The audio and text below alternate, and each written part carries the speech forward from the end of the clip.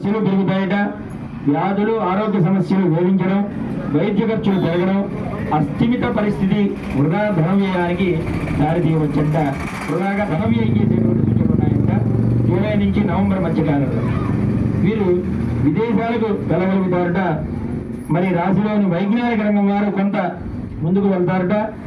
అదేవిధంగా వ్యాపారస్తులు మత్స్యమాంసాది ఉత్పత్తులు వ్యాపారాలు ఎవరైతే చేస్తారో కొంత ఆర్థికంగా కొంత పురోభివృద్ధి ఉంటుందట. అదేవిధంగా మరి రాశికి వ్యాపారస్తులు కొంత స్వావలంబన ఏర్పడి ఆదాయం పెరుగుతుందట. ప్రతి శనివారం కూడా ఆంజనేయ ఉపాసన చేయడం, సుందరకాండ పారాయణం చేయడం వల్ల కొంత అశాంతి తగ్గుతుందంట ఈ మీనరాశి వారికి. ఈ రాశి వారికి అదృష్ట సంఖ్య మరి 3.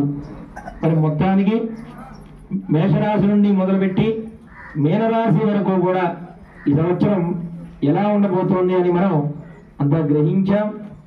మరి ఈ సంవత్సరం విశ్వావసునామ సంవత్సరంలో క్రోధినామ సంవత్సరంతో పోలిస్తే విశ్వావసునామ సంవత్సరం అందరికీ కూడా చక్కగా బాగుండబోతోంది అని చెప్పి మనం అందరం కూడా పరమాత్మ అఖిలాండ కోటి బ్రహ్మాండ నాయక అయినటువంటి జగజ్జనని లోకభావని అయినటువంటి ఆ మహాలక్ష్మి అమ్మవారిని ప్రార్థన చేస్తూ మరి విశ్వావసునామ సంవత్సరంలో అందరి యొక్క మనస్సంకల్పాలన్నీ కూడా నెరవేరాలి.